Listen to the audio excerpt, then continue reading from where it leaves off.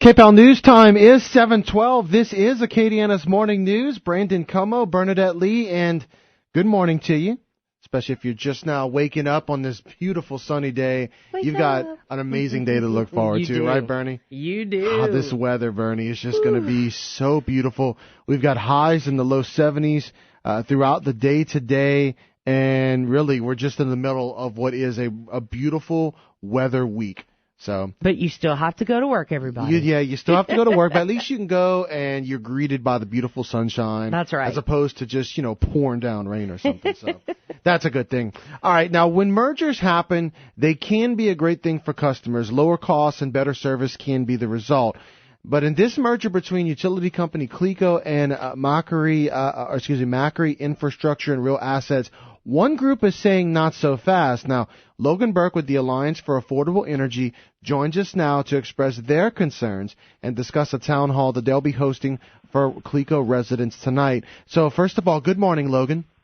Hi, guys. Thank you so much for having me on. Well, thank you so much for joining us this morning. So, first of all, before we get into the concerns that the Alliance has and everything, first of all, tell our listeners, what is the Alliance for Affordable Energy? Sure. The Alliance for Affordable Energy is an independent nonprofit, and we advocate for fair, affordable, and environmentally responsible energy. So that means that we work with the regulators to make sure that they're educated on all of the issues, to make sure that consumers get appropriate bills for the electricity they use. Right. So let's talk a little bit more about this your town hall tonight. But before that, the merger itself. I just mentioned the merger between CLECO and Macquarie Infrastructure. As I mentioned in the top, a lot of times when mergers happen, you get lower prices. When two companies can come together, it can benefit the customers. But this is a situation that has you guys really concerned. What is the concern based on?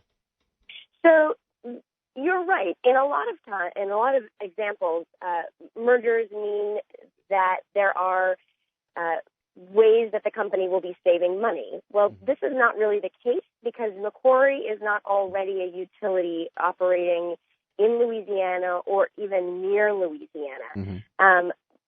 The issue here is that Macquarie and their consortium of investors are planning on purchasing CLECO and piling it with a large amount of debt, about $2.5 billion, and then intend to sell it again in 8 to 10 years. Utilities are long-term investments, and we don't like the idea that a company essentially wants to come in and pile a local long-term utility in our state with a big bunch of debt that the only way they can pay that off is with consumers' money, and then leave again in 8 to 10 years. And is this based off like a history of what y'all have been seeing over time?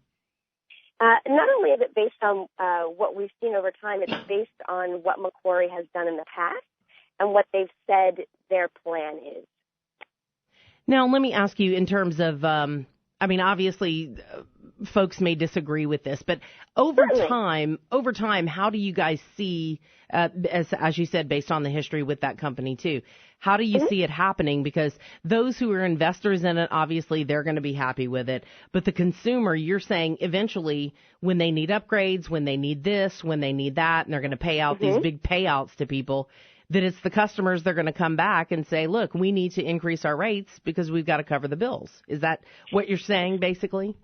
So it isn't the customers that would ask to increase rates. It would be the companies.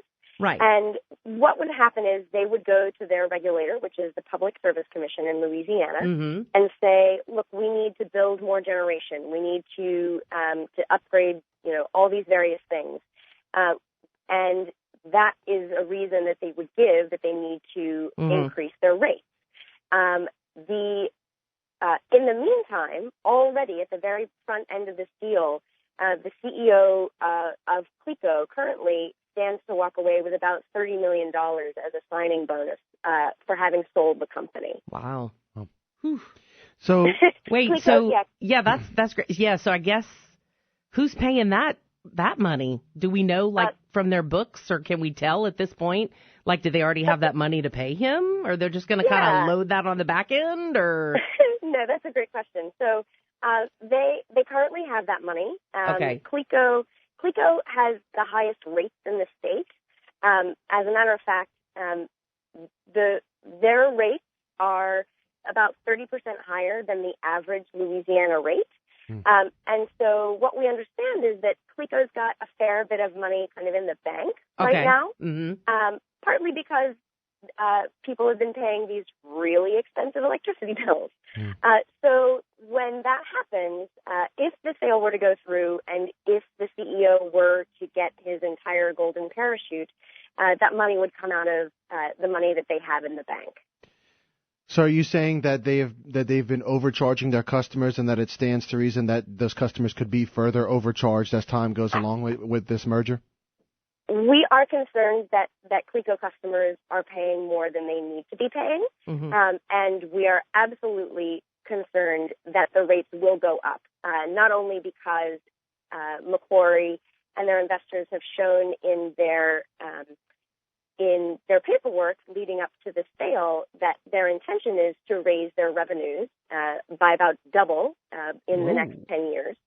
But also because when Macquarie purchases utilities, time after time, state after state, they raise the rates as fast as they can and as often as they can. And, I know it's got to go through Public Service Commission approval. That's right. So, the rate increases as well as this acquisition, right? Both have to go through that process. Yeah. That's right. So what are you hoping? Are you hoping people will come and discuss this tonight? And do you think any CLECO folks will show up to share their side tonight? Yeah, we expect for some CLECO folks to be there, and that's absolutely fine. It's an open community meeting. Mostly what we'd like to do is make sure that people in CLECO territory know what's going on. A lot of people still have no idea either that the deal is on the table or that the deal has not been sealed, basically. And they don't know that they can call their elected officials and weigh in. That's one of the things that we really care about, is making sure that people engage with their elected official, because it's their job to listen, and it's their job to pay attention to their constituents. Now, do you have a firm date as far as when they may or may not, the Public Service Commission, that is, approve the deal? The things that I read 3 or 4 different articles that I referenced in my story that I put on our website, but it said early this year. So we're already mid-February. Is there, So is there kind of a timetable, or where are we with the timetable? There is a timetable, and it's fast and furious. Next Wednesday, the Public Service Commission is expected to make a decision. Wow. So, okay, yeah. Yeah. So that's coming up Wednesday, February 24th. Yeah, so it is on the 24th. So, okay, so let me ask you this. Customers can always complain to the Public Service Commission after something happens. They can certainly do that. But kind of once the genie's out of the bottle, I guess, it's a little bit harder to go back and say, oh, hey, we don't want to pay anything higher. Right. A little bit harder after the fact, I would assume. That's a really good point. The administrative law judge, which is a judge that weighs in on the legal points of deals at the Public Service Commission.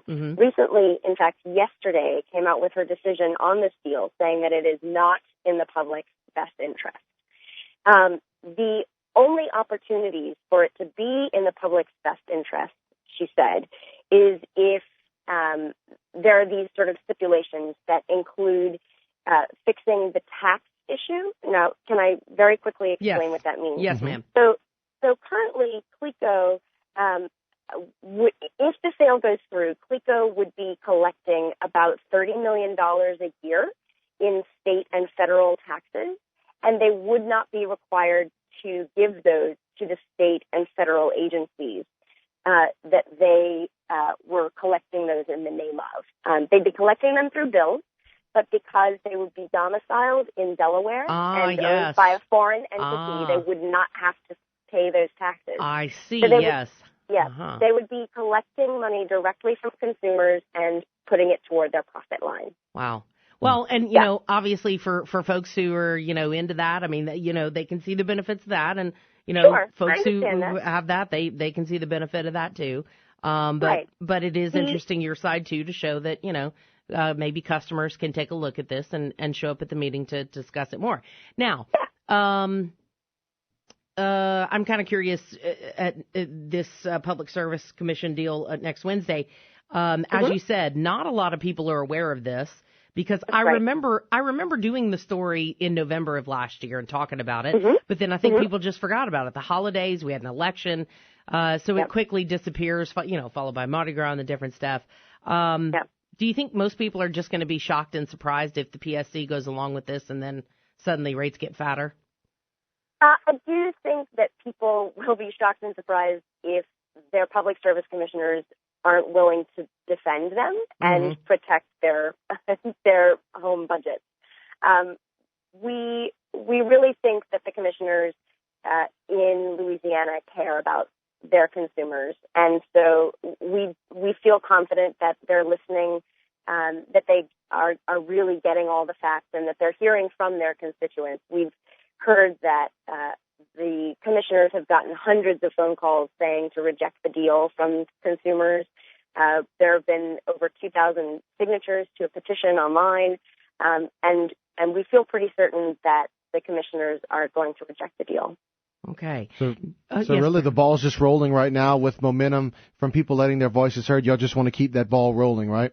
That's exactly right. And our job is to educate people. So that's what we're here to do. The meeting tonight from 5 to 7, right? That's right. Okay, and it's over in New Iberia at the community center there. Now, if people want to find out more about you guys and what you do, tell us about your website. Sure. You can go to all4energy.org, and you can find out more about the Alliance. You can find out specifically more about this CLECO deal, their updates, and the reports that we've written about this deal. All right. All right, well, Logan Burke with the Alliance for Affordable Energy has been our guest. Again, that meeting is tonight from 5 to 7 p.m. at the Sear Gates Community Center in Cedar Park, which is on Parkview Drive in New Iberia. Logan, thank you so much for your time this morning, and good luck with the meeting tonight. Oh, thank you. Thank you so much. All right, have a good day. Thank you. Coming up now on 724. So, look, it's up to you folks. You can go to that meeting. You can find out more information. Yeah. You know, and like I said, there's two good sides to this, you know. Of course. The people who have a stake in it and an interest in it, hey, man. Yeah. They've invested. They want to get their payment. They're very interested in that. The folks on the outside may not feel the same. And all we're doing here, and which is what we like to try and do in many of these topics, is just put the information out there. And you figure out what works. Yeah, you figure out what works, and you do with it what you will. Yeah. KPEL News Time is 7:20.